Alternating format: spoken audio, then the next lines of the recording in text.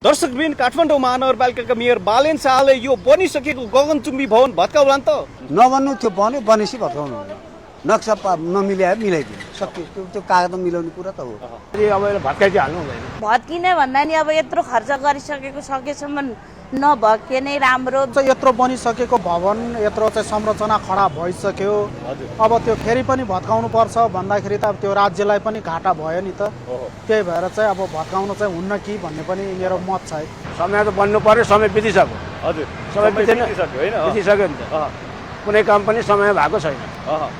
त्यही भएर उसले भत्काउँछु भन्नु खोजेको होला। अहिले पछिल्लो दिन काठमाडौँ महानगरपालिकाले यो काठमाडौँ भ्यू टावर भत्काउने भन्ने विषयमा कुराकानी भइरहेको भन्ने कुराहरू बाहिर आइरहेको छ। त्यो विषयमा अध्ययन अनुसन्धान गरिरहेको भन्ने कुराहरू पनि बाहिर आएको छ। विशेष गरी काठमाडौँ महानगरपालिकाका मेयर बालेन शाहका स्वकीय सचिवले नै उद्धृत गरेर विभिन्न समाचारहरू आइरहेका छन्। काठमाडौँ भ्यू टावर भत्काउने भन्ने कुराहरू बाहिर आउँदै गर्दाखेरि काठमाडौँ महानगरपालिकाका प्रवक्ता नवीन मानन्दरले भने यो विषयमा कुनै पनि जानकारी नभएको र यो जति बनिसकेको छ यो चाहिँ नक्सा पास भएर बनेको कारणले यो भत्किँदैन भन्ने कुराहरू उहाँले जानकारी गराउनु भएको थियो। र आज हामी यसै विषयसँग सम्बन्धित रहेर यहाँका पसलेहरू, व्यापारीहरू, जनताहरूसँग कुराकानी गर्दैछौँ। अन्तर्वस्तु के होला नि, कारणहरू के होला नि, त्यो हामीलाई थाहा छैन। हामी त सोझो हिसाबले के भन्ने, यो बनाउन नहुन्थेन, बनायो।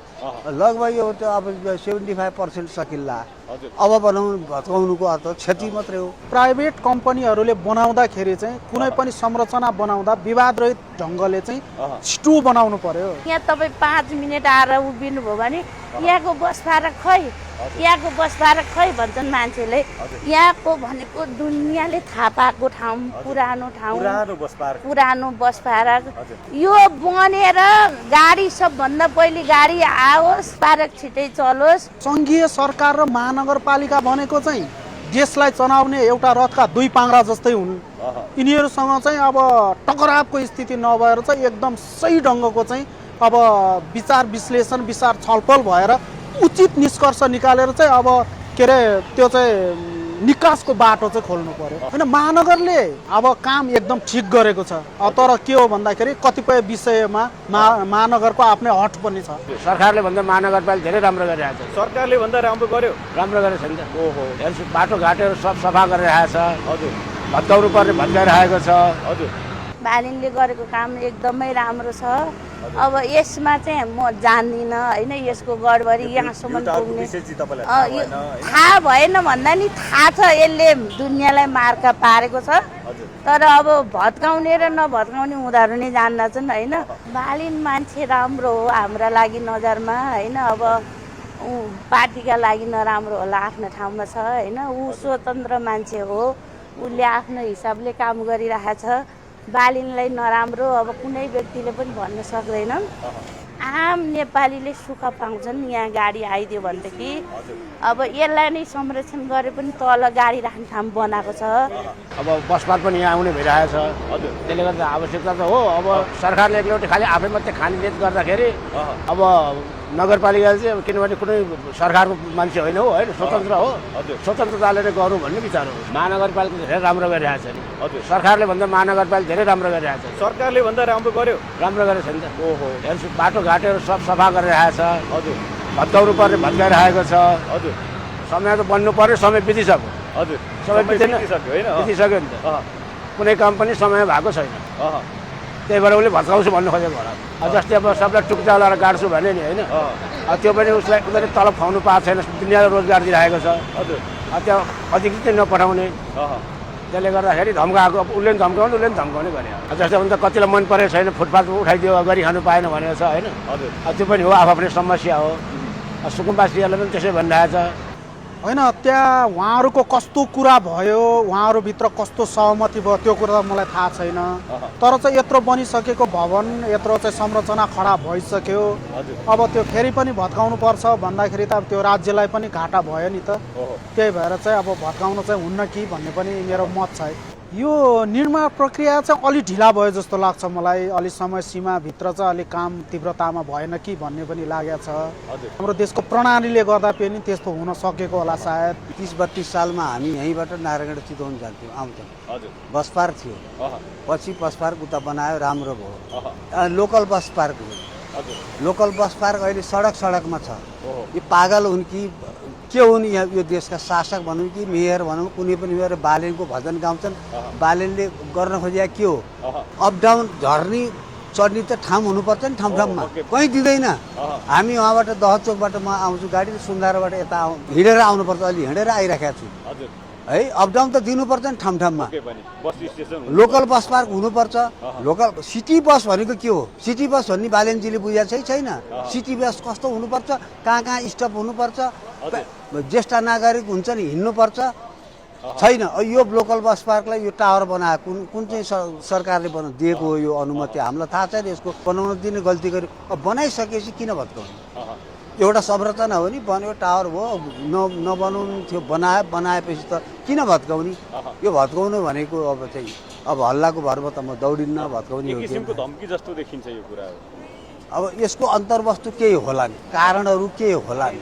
त्यो हामीलाई थाहा छैन हामी त सोझो हिसाबले के भन्ने यो बनाउनु हुन्थेन बनायो लगभग यो त अब 75% सकिल्ला अब भत्काउनुको अर्थ क्षति मात्रै हो यो भ्यू टावर भत्काउँछु भनेर भनेको कुरालाई चाहिँ तपाईँले कसरी अब यो चाहिँ ठिक छैन होइन बरु माथि नक्सा गरेको छैन भने होइन नक्सा पास गराउने अब भत्काइदिइ हाल्नु हुँदैन भत्काउँदा पनि धेरै खर्च अब क्षति भयो अब बरु यसलाई बरु नथप्ने बरु यतिखेर चाहिँ समापन गरेर गऱ्यो भने राम्रो बालेन साथ अब होइन सबै काम राम्रै गरेको लाग्छ मलाई चाहिने ठाउँमा त्यसले गरेर भत्काएको छैन नि जहाँ जहाँ अर्काले हडपेको छ जग्गाहरू हो त्यस्तो जग्गाहरू नै उसले गरिरहेको छ कसैले कर नतिरेकोहरू यस्तो खोज्दा राम्रै हो नि होइन खाओस् भनेर छोड्नु त भएन बालेन राम्रै नेता बालेनमा पछि मान्छे पनि छन् र होइन जनता पनि छन् प्राइभेट कम्पनीहरूले बनाउँदाखेरि चाहिँ कुनै पनि संरचना बनाउँदा विवादरहित ढङ्गले चाहिँ छिटो बनाउनु पर्यो विदेशको हुबहु नक्कल गर्न खोज्नुपर्छ भन्ने त मलाई लाग्दैन तर के हो भन्दाखेरि संरचनाहरू बन्दाखेरि चाहिँ हाम्रो नेपालको चाहिँ अत्यन्त ढिला सुस्तीमा संरचनाहरू बन्ने गर्छन् तर यो चाहिँ तीव्रता चाहिँ हुनुपर्छ र विशेष गरी यो काठमाडौँ भ्यू टावर जलेश्वर स्वच्छन्द विको बिल्डर्स प्रणालीले निर्माण गर्ने र निर्माण अवधि 5 वर्ष र 25 वर्ष भोगचलन गर्ने भनेर चाहिँ सम्झौता भएको थियो त्यसपछि काठमाडौँ महानगरपालिकालाई नै हस्तान्तरण गर्ने भन्ने कुराहरू थियो त्यो सम्झौता अवधि जुन 5 वर्षभित्र निर्माण हुनसक्नु पर्नेमा यसको अहिले सम्झौता भएको करिब 10 वर्ष पुगिसक्दा पनि यसको निर्माणको काम धेरै सकिएको छैन र यसको तलाथपको लागि निर्माण कम्पनीले काठमाडौँ महानगरपालिकामा निवेदन दिएको थियो थप नक्सा पास सम्बन्धी प्रक्रिया मिचेर काठमाडौँ महानगरपालिकाका प्रमुख प्रशासकीय अधिकृत सरोज गुरागाईले नक्सा पास गरिदिएको भन्दै अहिले काठमाडौँ महानगरपालिकाले उसलाई निलम्बन गरेको छ यही भ्यू टावरको विषयले काठमाडौँ महानगरपालिका र सङ्घीय सरकारबीच थप टसल पैदा गरेको छ अहिले पछिल्लो दिन काठमाडौँ भ्यू टावरको विषय थप पेचिलो हुँदै गइसकेपछि यो भ्यू टावर नै भत्काउने निष्कर्षमा काठमाडौँ महानगरपालिका पुगेको भन्ने कुराहरू बाहिर आइरहेका छन् सङ्घीय सरकार र महानगरपालिका भनेको चाहिँ देशलाई चलाउने एउटा रथका दुई पाङ्ग्रा जस्तै हुन् यिनीहरूसँग चाहिँ अब टकरावको स्थिति नभएर चाहिँ एकदम सही ढङ्गको चाहिँ अब विचार विश्लेषण विचार छलफल भएर उचित निष्कर्ष निकालेर चाहिँ अब के अरे त्यो चाहिँ निकासको बाटो चाहिँ खोल्नु पर्यो मलाई चाहिँ त्यो लाग्छ कसरी हुन्छ मिलेर जानु पर्यो अवरोध चाहिँ बिचमा जनताका काम हो नि त यो त जनताका कामहरूमा चाहिँ अवरोध हुने कतिपय कर्मचारीहरूले अब अहिलेसम्म तलब पनि खान पाउनु भएको छैन होइन त्यो चाहिँ हुनुपर्छ त्यो चाहिँ अब त्यो निकास चाहिँ छिटो हुनुपर्छ भन्ने मान्यता छ होइन महानगरले अब काम एकदम ठिक गरेको छ तर के हो भन्दाखेरि कतिपय विषयमा महानगरको आफ्नै हट पनि छ तपाईँ यहाँको व्यापारी के छ अहिले तपाईँको पसल नजिकै बनिरहेको यो काठमाडौँ भ्यू टावर महानगरपालिकाले भत्काउने भन्ने कुराहरू पनि समाचार पक्कै पनि सुन्नुभयो होला कसरी लिनुभएको छ यसलाई भत्किने भन्दा नि अब यत्रो खर्च गरिसकेको सकेसम्म नभत्के नै राम्रो मान्छेको बिजोग भइसक्यो अब आउने मान्छेलाई राम्रो भइदियो हुन्थ्यो हाम्रो लागि त यहाँ गाडी आइदियो भने राम्रो भइदियो भने हामी छिटोभन्दा छिटो बनाएर चल्नु पर्यो बनाएको कुरो बिगारौँ भनेर त मलाई पनि लाग्दैन होइन हजुर भत्काउनै पर्छ भन्ने पनि छैन होइन यति अब स्थिति त्यस्तै रहेछ भने कुरै नमिल्ने रहेछ भत्काउनै पर्ने स्थिति रहेछ भने त उनीहरू नै जान्लान् त अब हामी त्यहाँसम्म पुग्न पनि मिल्दैन बोल्न पनि मिल्दैन होइन हामी गरेर खाने मान्छेले खान पाउनु पर्यो त्यो बालेनको राम्रो छ बालेनले गरेको काम एकदमै राम्रो छ अब यसमा चाहिँ म जान्दिनँ होइन यसको गडबडी यहाँसम्म पुग्ने थाहा भएन भन्दा नि थाहा छ यसले दुनियाँलाई मार्का पारेको छ तर अब भत्काउने र नभत्काउने उनीहरू नै जान्दछन् होइन बालिन मान्छे राम्रो हो हाम्रा लागि नजरमा होइन। अब ऊ पार्टीका लागि नराम्रो होला, आफ्नो ठाउँमा छ होइन। ऊ स्वतन्त्र मान्छे हो, उसले आफ्नो हिसाबले काम गरिरहेको छ। बालिनलाई नराम्रो अब कुनै व्यक्तिले पनि भन्न सक्दैन। उसले गरेको कामलाई अब राम्रो छ, अब राम्रो गरेको अनुसार यसलाई पनि राम्रो गरेर लानु पर्यो मेरो विचारमा चाहिँ।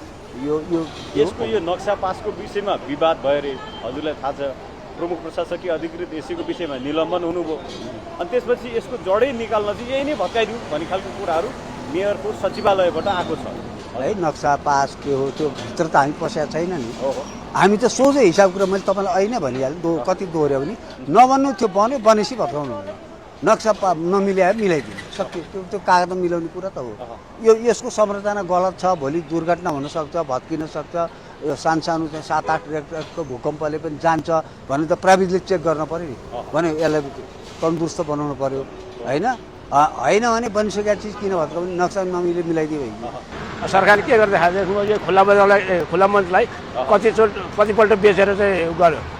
घरि बस पार्क लगाएर राख्ने, घरि होटल खोल्न दिने, यति राम्रो गरेर त्यो चौरी बनायो। बालिन शाहले यदि सफाई कर्मचारीले तलब पाएनन् भने सबैलाई टुकुजामा गाडिदिन्छु भने तपाईँले कसरी लिनुहुन्छ यो स्टेटमेन्टलाई? त्यो चाहिँ अलिकति धम्की दिएको बा, धम्काउँदा केही भन्छन् कि भन्ने होला होइन।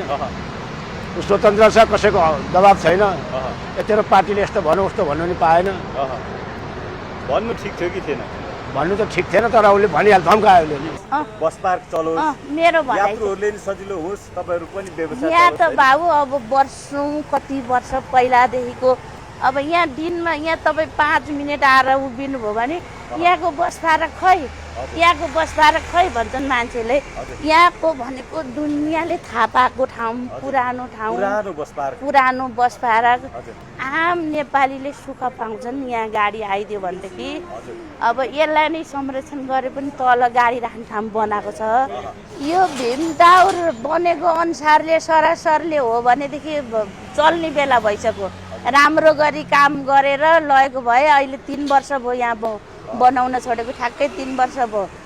यो बनेर गाडी सबभन्दा पहिले गाडी आओस्, पार्क छिटै चलोस्, यहाँ गाडी आओस्। बालिनले सबैको ध्यान दिनु पर्यो, उसलाई त चाहिने मान्छे हो, मान्छेको भनाइ सुन्नु पर्छ। बालिनले यहाँ गाडी ल्याइदियोस् भन्ने मेरो चाहिँ धारणा छ। बालिनले राम्रो काम गरेको छ, अझै राम्रो होस्, अझै प्रगति होस्, उसको उन्नति होस्। उसलाई नराम्रो नभनुन्, गाडी सबभन्दा पहिले आएर मार्केट चलिदियो भने मेरो लागि चाहिँ राम्रो।